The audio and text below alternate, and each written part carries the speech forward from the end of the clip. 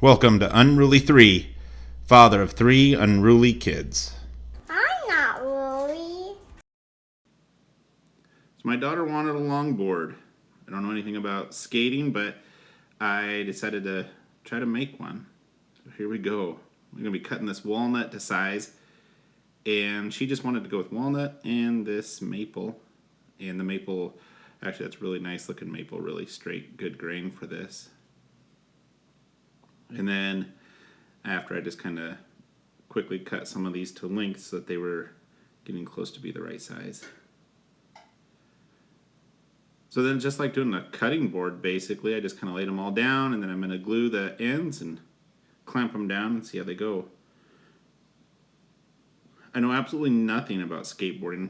In our little town that we grew up in, there was one kid in town that I knew had a skateboard. He had a really good skateboard and a really terrible skateboard. And every time we'd go to his house or whatever, he would always use the really good skateboard and give us the really terrible skateboard that had the wheels were so tiny and we would hit rocks and go falling, and yeah, it was terrible. And this was all before a lot of helmets and everything, so we got lots of scratches and bruises going over to his house. So I would talk to a guy at our local skate shop, and so the boardroom, it's North City Boardroom that we went to in Washington here, and I met a guy, Kelly, who answered a ton of questions about the kind of things that I need to have for this, and he was amazing answering all of our questions. So thank you, Kelly. So after I get all this glued up, I took the clamps off, and then I'm going to run it through the planer. I had a little helper. He caught it on the other side. He did really good helping me out on this one. Yeah, so just run it through the planer until I get it nice and smooth. So it's going to be about 3/4 inch thick when I get all the way done. And then I actually took it over to got a little Carve-Right system, Carve-Right CNC, and I ran it through the CNC a couple times. My daughter picked this. She really likes sharks, so she wanted a shark down at the bottom. So this is kind of how this CNC machine works. Then I had this template that I put down on it, and I centered it on this side, put a little line where the center is, and then did the same thing over here on the other side. Then once I get it marked, being on the center, then I just took a marker and I went around the outside of it, holding it down as it goes. Once I get one side done, then I flipped it over and did the other side using those same marks that I had marked on that board as my center line. So then I could flip it over and do the other side of it.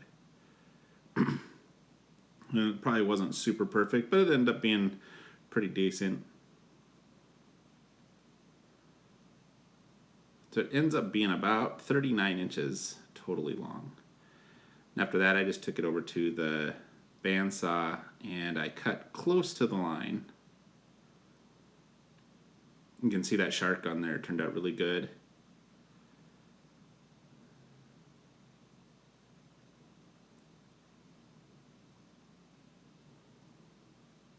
Alright, then after I got close to the line, then I'm going to sand to the line, trying to be as careful as I can to keep it symmetrical. And the nice thing about this sander is you can kind of run it in a back and forth, and it will help. Like if you keep it moving, it will take out any high spots pretty easy. Alright, now I have to figure out, we had all kinds of different epoxy colors to use. You can see I'm using that moss tabletop epoxy. I got this a while ago, and this is what I use for almost everything.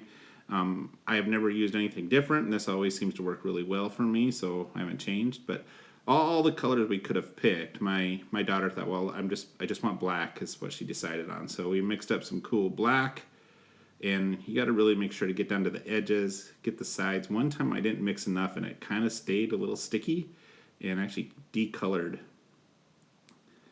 So I didn't have enough on this one. I had to actually mix more, But so what I do is I fill this up almost to the top, but not quite. Just leave it just a little bit below the lip of that. But I want to try to fill it all in as much as I can. And that way when I sand, I don't actually scratch the epoxy, and the epoxy stays looking really nice. I don't have to try to go through all the grits to get this back up looking really great. And then I just kind of take a squeegee and I just squeegee all the way around. Add any epoxy if I need to add any in other places once I see that there might be some missing. And if it gets too full, then I take out a little bit because like I said, I want it just underneath that lip. Now it does shrink slightly when it dries, so it can go pretty close to the lip. And then I like to take a toothpick and go around to the edges because there is a lot of times that there's little tiny voids in the corners. So here you can see I'm taking some out of some holes and moving it to the other places to try to level it out. But I take this toothpick and I go into all the little recesses, and sometimes that will take and get bubbles out.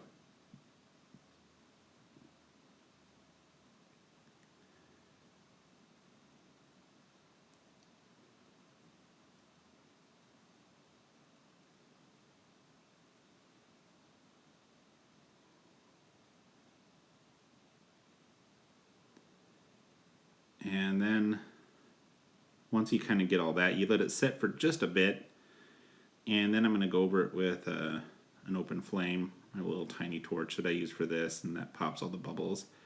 I let it sit for about 10 minutes or so, and then come back and do the same thing, go over the bubbles again. I do that about 4 or 5 times.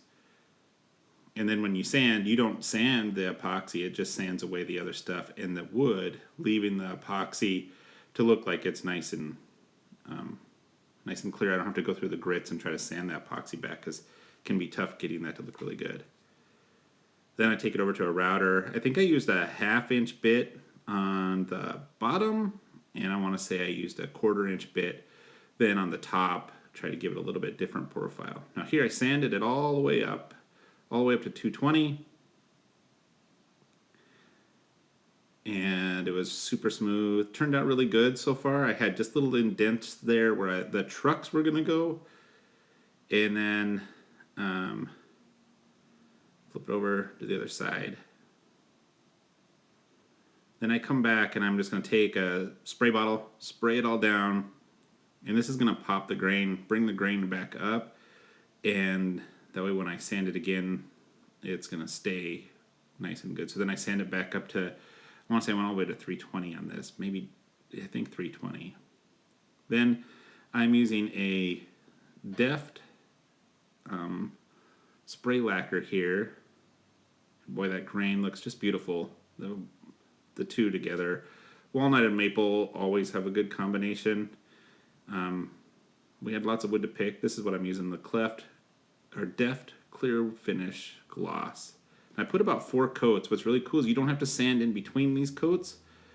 You just put it on, and then at the very end I go over the top of it with a brown paper bag, and it just makes it smooth as can be. Like I said, I don't sand in between.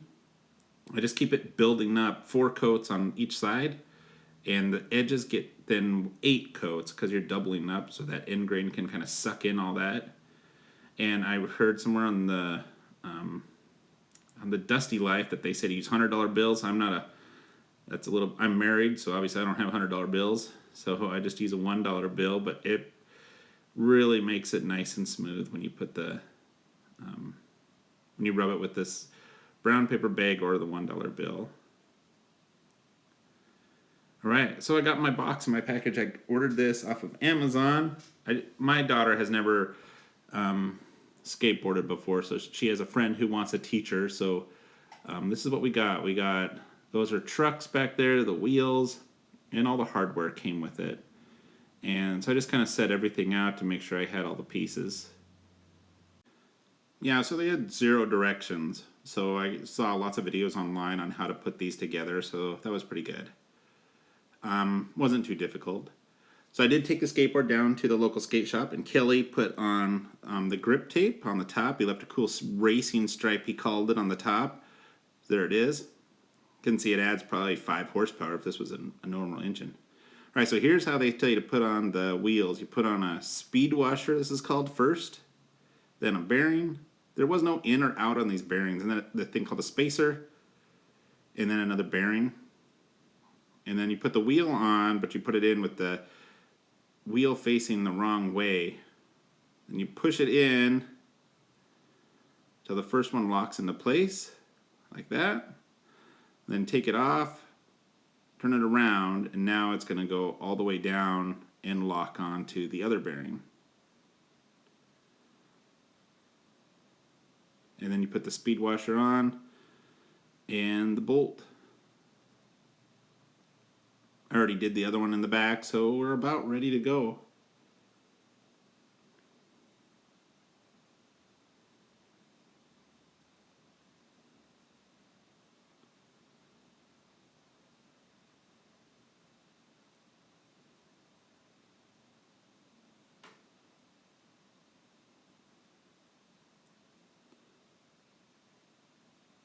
That one spins really good. You just got to loosen the other one a little bit to adjust them. So that's kind of cool that you can make them spin less, spin more. All right, now I'm going to put the trucks on.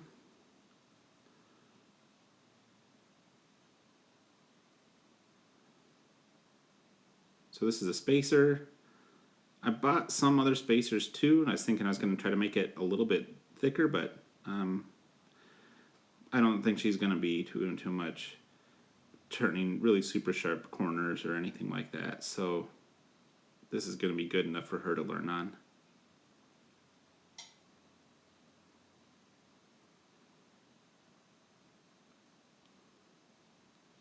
Now you can't hardly see what I'm doing, but I'm just putting a bolt on the other side. These have lock bolts, so once you tighten them, they're not going to come loose.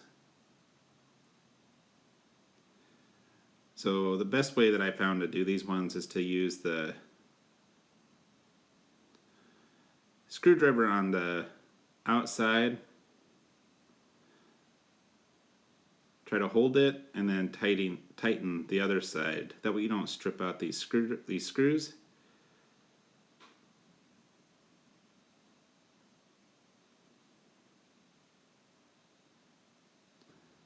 Here's the final product. It turns out really, I am really happy with it. I hope it stays together. You can see the shark on the bottom. And I think it's great. So if you like what you see, give me a subscribe and let me know. I'm going to try to make more of these maybe, or find out some kind of new project. Thanks again.